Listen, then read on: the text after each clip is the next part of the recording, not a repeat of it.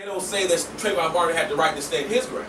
Well, he was the one being tracked down and chased through the neighborhood. You know what I'm saying? So it's just like, it's not about standing your ground because, and even with this parking lot situation, the guy confronted the woman for parking in the parking spot, right? And so you can't be the aggressor in the situation and then turn around and plead that you're standing your ground. Right. Because if you never approached the woman to begin with, then it wouldn't have never happened. Right. And the man will say, so if I'm a man, if you come outside of any store, you see a man standing over your car arguing with your wife or your girlfriend or whatever woman it is, that if she's with you, right, you're going to feel a certain way, and chances are... Fly Steve Jobs here on Instagram. Shout out to folks on Instagram. He says there's always reasonable doubt in these cases. The case has the burden of proof in these cases. And what's interesting to me is that the person who lives wins in Florida's the way the state is prosecuting or viewing these stand your ground laws. Absolutely. He who lives wins. And which is unfair. Somebody's arguing just like what you said. Somebody's arguing with your wife, and you come out of the grocery store, you see somebody, basically barking at your wife. Exactly. Now you also have the right to stand your ground. But if you die, you lost that right. You lost that right. You know what I mean? And that's the whole issue with the law, because it seems as if it's been implemented differently for different people. And so if the victim is black, this is and these are statistics. And so there was a Tampa Bay Times investigation that they did right after the Trayvon Martin situation. They investigated almost 200 stand your ground cases. And the investigation determined that blacks are 15% more likely to face a penalty than whites, in stand your ground situations. And this study also says that the shooting of a black person by a white person was found justifiable 17% of the time, and while the shooting of a white person by a black person was found justifiable just 1% of the time. Wow. And so how this been implemented is, as a white person, it's easy for me to convince somebody that my life was in danger if I kill a black person, because society as a whole has accepted that black men are just dangerous, even when we're unarmed. We're going against an army full of armed people. We're considered more dangerous than the people with the guns. You know what I'm saying? Like, we're like gorillas in the zoo, I guess. You know what I'm saying? Like, we're like bulletproof. You know what I'm saying? I mean, it's like every black dude is Luke Cage out here. Yeah. Let them tell. You know what I'm saying? And so, but I don't know. I've seen a lot of dudes get shot, and I ain't seen no bullets bounce off of no brothers. You know what I'm saying? Right. But for whatever reason, we're bulletproof. We approach people with guns. Yeah. We don't care. And so, we have to be shot 50 billion times in order to be put down.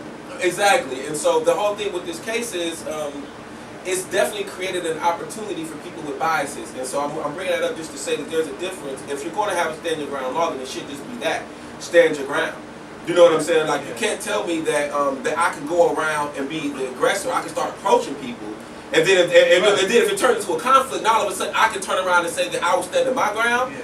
But you start, and everybody always knows, even going back to high school, where you get in a fight, who started the fight? Exactly. That's who they're going to punish, right? Yeah. You know what I mean? Who started? That's what everybody wants to know. But for whatever reason, if you shoot a black person, they don't care who started it. Yeah. You know what I mean? Because all you got to do is just say this person was a threat. And if you watch the video, the guy came up to him and he pushed him down, true enough. Yeah. But after that, he didn't go up to the dude and start stumping him out. Yeah. You know what I mean? He didn't do anything more than just push him out, because what we see is what we see. Right. We don't know what's being said. Right. And so we don't know what this guy was saying to this woman that made this guy come out here and push him to the ground. Yeah. You know what I mean? And then, once he pulled the gun from the jump, the dude, I mean, whether or not he was backing up before he pulled the gun, or if he started backing up as a result of pulling the gun. Exactly. At that point, the threat was over. Over. You know what I mean? Because if somebody pulls a gun on you and you don't have a gun, the threat is over. Exactly. You know what I'm saying? Because you already know where this is going to go if you continue to be the aggressor. Absolutely. So now the way Ohio's laws are set up is I think Ohio's laws are a little more, are definitely more fair than Florida, because I served on grand jury duty several years ago. The prosecutor, he came and he explained, Ohio's standing ground laws. If somebody breaks into your house, like a home invasion, you have the right to stand your ground and to defend your house with lethal force. However, they still investigate, they still prosecute, because if you do something like, say for example, somebody goes up into your house and you shoot them 50 times, you go to jail. Exactly. Because you didn't have to do that. You know what I mean? Exactly. and or say if they run up in your house and then they leave, and you chase shoot, them down. yeah, and you're chasing after them, or you shoot them as they're leaving, then you run the risk that you are probably going to go to jail for murder. Right. Because at that point, the threat has, what if the woman shot back, The like the white guy after he fired her? That's interesting. You mean if she had a gun after he shot her husband, she shot him? I'll tell you what would have happened. She'd be in jail right now. She would. You know what I'm saying? And that's the issue with this law, because it leaves too much. Because for one, and that's the good thing you brought up about the Ohio law. I think things will change when that becomes a reality. When there's more of us shooting back. That's what we don't really see, because we're I hate to say this, but I think like black folks, we are docile. Yeah, of course. We are Yeah, docile when it comes submission. to matters of the law and how to fight back. Absolutely. If we shot back, things would change. Right now, when we get shot, what do?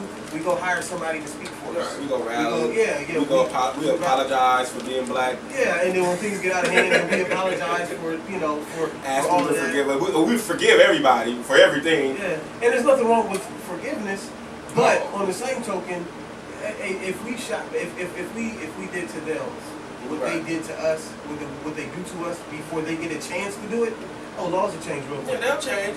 And I'm not even for forgiving, because I mean, I don't have to forgive nobody for nothing. I really don't. You know what I'm saying? I'm not one of those people that just believe that, you have to have a forgiving heart. No, I don't. I don't have to forgive you for nothing. Like, you do something to me, I can feel a certain way about you from now and for the rest of my natural life. I'm not into forgiving. You know what I mean? And what I'm definitely not into forgiving people who are not even asking to be forgave. Yeah. You know what I mean? It'd be one thing if you're forgiving somebody who's showing remorse. You know what I mean? Who's doing things to make things right. But I'm not going to forgive somebody who's not even apologized, who's not even acknowledging they did anything wrong. Before we're on TV apologizing, before a person even had a chance to even, we're on TV offering forgiveness before someone even offers an apology. Right. That, and to me, if you talk about docile, to me that's docile, because for me, I ain't forgiving you for nothing. I'm not even going to lie. Like, I don't have time in my life to be letting people do me wrong and then turn around and forgive them. Now, I don't have to hold it back. I don't have to hold grudges. I don't necessarily have to be looking to do anything in retaliation. You know what I mean? But I don't have to forgive you either. That means you go on with your life, I go on with my life. I'm not offering up forgiveness. And what I sure in the hell ain't doing is forgiving somebody who hasn't even asked me to forgive them. Just think about that, right? Think about the Dylan Roof shooting. He shot those black people in that church, right? Those people, before the bodies even dropped, they was holding press conferences. Before the bodies even dropped, we forgive him. We forgive him. May the Lord be with him, and all of this ridiculousness, right? Before the bodies were even cold, right? You know what I'm saying? Everybody remember this. They did a press conference, right? Immediately following. That dude ain't never apologized for that, ever. Ever. He's in prison right now. He ain't offered up no apologies. He told you why he did it. You let me out today, I'll probably go do it again next Sunday. You know what I mean? He don't care. But yet and still, we still want to be forgiven. That's not a constructive way. That's not a logical way of operating as a group of people, from my perspective. It's just look, if you're truly remorseful, it's one thing. I'm not going to forgive you for certain things, because certain things it shouldn't be forgiven. Period. If you shoot, because your intent, it's just like this guy confronted somebody for parking in a handicapped parking space, right? Right. Who are you? There's no danger or threat to that. So who are you? The same thing with George Zimmerman. It's just you're following somebody home. Who are you? And that's what I'm saying. All these people that just kind of take on honorary police officers. That's why I say he's like an honorary parking lot security for the day. It's just when are we allowing that to happen? So I can leave this show right now, right? And I can just go post up at Kroger's. I'm waiting on somebody to park in a handicapped spot so I can confront them, right? First of all, the police are gonna come for you just for posting up at Kroger. Right. But then they're gonna ask me well, why did you feel like it was your job to tell somebody to move from a handicapped parking spot? Especially if you ain't even handicapped your damn self. You know what I mean? If you need the spot, then I can maybe understand. I'd be you see this cane, you see this wheelchair, let me get this spot. You know what I'm saying? Right. And then that's one thing, but you're walked up to the car. So clearly, you ain't handicapped. You know what I mean? And so if you're that noble of a person, that's what I'm trying to say. So clearly you're not just some noble person who just want to do the right thing, because if that's the case, then it wouldn't have resulted in you killing somebody. Right. You see what I'm saying? It's just like, so clearly you went over there looking for a confrontation. Yeah. So And, what, I mean, he had that reputation too. They said he had that reputation. he has a record. He has Coming a up to the criminal store, record. He's all, starting stuff with the customers. exactly. And so that's what I'm trying to say. And so with this law, what it's doing is allowing people that have prejudices to now turn around and take this law and use it in their justification for killing people. And so, like you said, now if this was start getting flipped, and so my thing is this: now the guy that got killed, Marquise. Now, if he had just went up to that guy who was saying whatever to his wife and just stumped him out or shot him dead, then he wouldn't. He started still be alive. He walked up to him and pushed him. And some people are like, you shouldn't have put your hands on somebody. But what I'm saying is, you don't know what he was saying to that man's wife. Right. You know what I'm saying? Because I'm a man and I know it's just like it's a time where you may just come out and you may just be like, yo, you may just have some words with the guy, Yeah. but then you may hear something that you might come out and your first reaction is to be like, So back up. Yeah. Because for one, you're standing right there, the woman is in the car. I'm not going to appreciate no man confronting my wife about anything, period. Right. You know what I mean? Like, even if I just hear about it. But for sure, if I'm there and I come outside and I see it, you're going to get the reaction of any man that's going to defend his wife or his woman or whatever. Right. And so to me, I look at it like that he did what he was supposed to do. Now, in hindsight, he should have just went out there and just beat the hell out of the dude. Yeah, just stomp him out. Not even gave him a chance to even reach for a gun. You know what I'm saying? And that's what we need to start thinking going forward. Be cautious of your confrontation, because these people are looking to kill. And that's what we have to understand. They're not looking to fight. A lot of us as black dudes, we just think like, we throw them hands, you know what I mean? Like, and that's just what we think. Like, I'll just go, you know what I mean? And we ain't even thinking like, no, they're not thinking about fighting you. You know what I mean? They're thinking about killing you. So you have to think the same way. Don't be approaching these dudes. If you run into a random person in these streets and they want to confront you about something that's random, understand that their intention is to kill you and to use whatever you're arguing about as a justification for killing you. So your mentality has to be that. Right. You Not know what? fight. When I was at Vance's, I was gun shopping at Vance's a couple years ago. Mm-hmm. And I really couldn't make my mind up as to what I wanted to get, and if I wanted to buy it flat out or whatever. So I was making like multiple trips up to Vance's trying to make my mind up. Right. And every time I went, I can't tell you how many old white ladies were buying little pieces to put in their purse.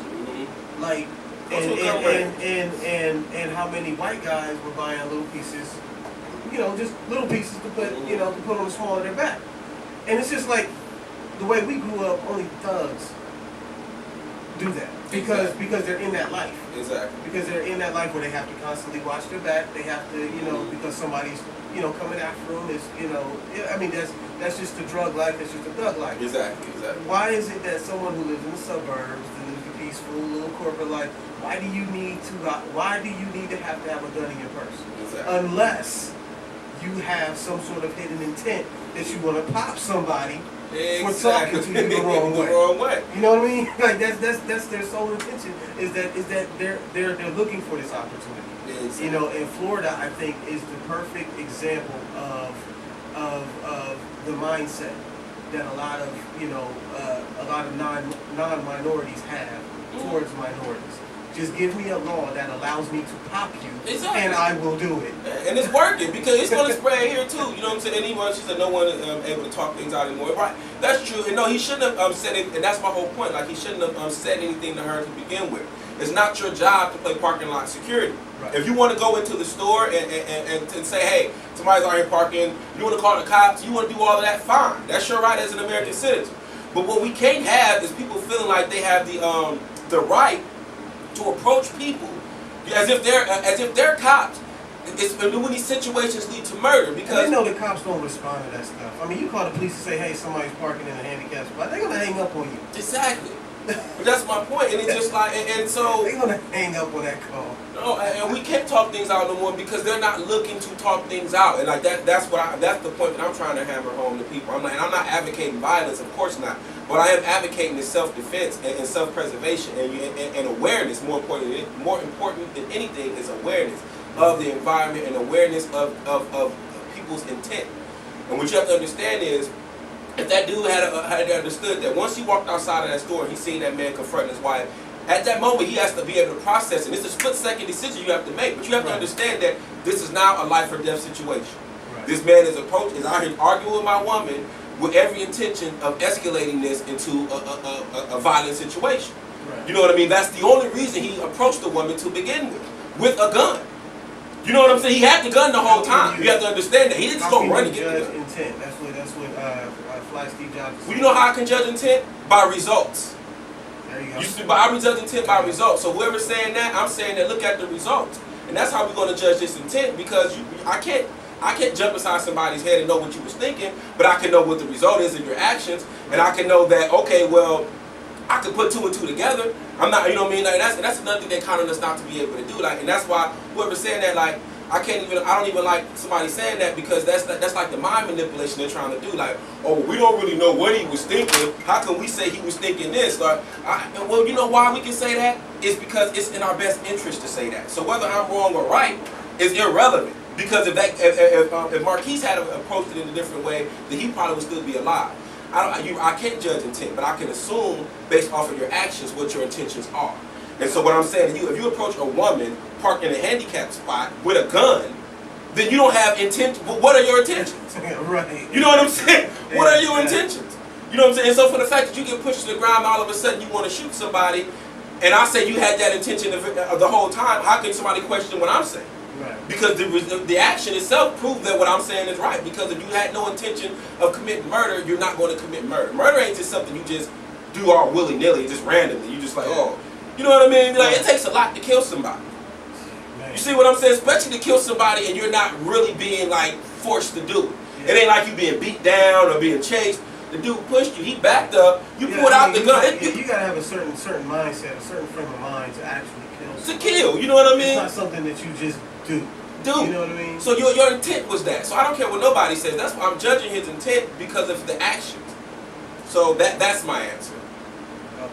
So what else you got to say about that? I know why Fly Steve Jobs is saying that.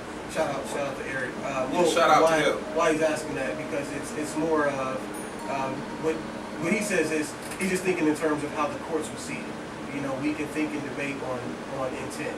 So you know, so what you're saying might be right, but how is the courts going to see it? How is the judge, how's the prosecutor going to see it? And that's why I'm bringing it up, because they're seeing it exactly how they want to see it, because they have their own biases. But because it is easy for you to see it when it's from certain people, right? Like, it's easy for somebody to be like, oh, well, his life was in danger. He felt threatened. You know what I mean? Like, you can get that, right? That's easy if the person is a white person killing a black person. You be like, oh, well, clearly the guy was threatening his life, right? That's easy. But we're going to ignore all the facts of the situation. We're going to ignore the fact of the matter that you're approaching you started the whole conflict. You approached a woman sitting in her car, minding her own business. You know what I'm saying? Which is a punk move as it is, and that's like a trend that I'm seeing as far as when I'm watching these videos. I try to scroll past them, but every now and then I click on them. But it's usually a white guy who's approaching a black woman. You know, it's like that's the trend now. You know, I'm not going to approach a black man. I'm going to go after the black woman. You know, because I think maybe the intent is number one, she's a weaker vessel. You know what I mean? Physically, she's not as strong as he is. Number one, and number two, where is the black man to protect her? Bingo. So bingo, and that's why I'm glad you brought it to and that's what I talked about a couple of weeks ago. Which is like, we're doing such a horrible job as black men as protecting our women. It's ridiculous. It's just like they're out here being vulnerable, and then we get mad when they run to the other side.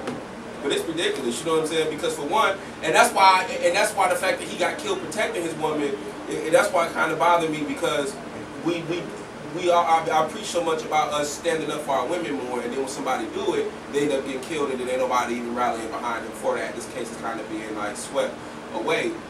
And so but my thing is this, like, we gotta protect our women.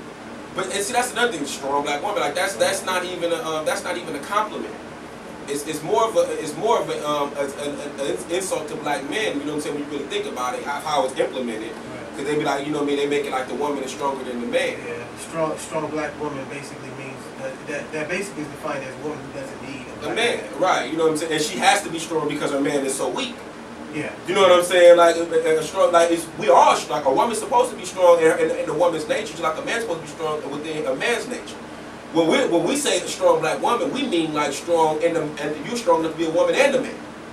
That's how we treat the women, as if they're supposed to be both. Right. You know what I'm saying? But then we want them to turn feminine when we want them to be feminine, but then we need them to be masculine at times because we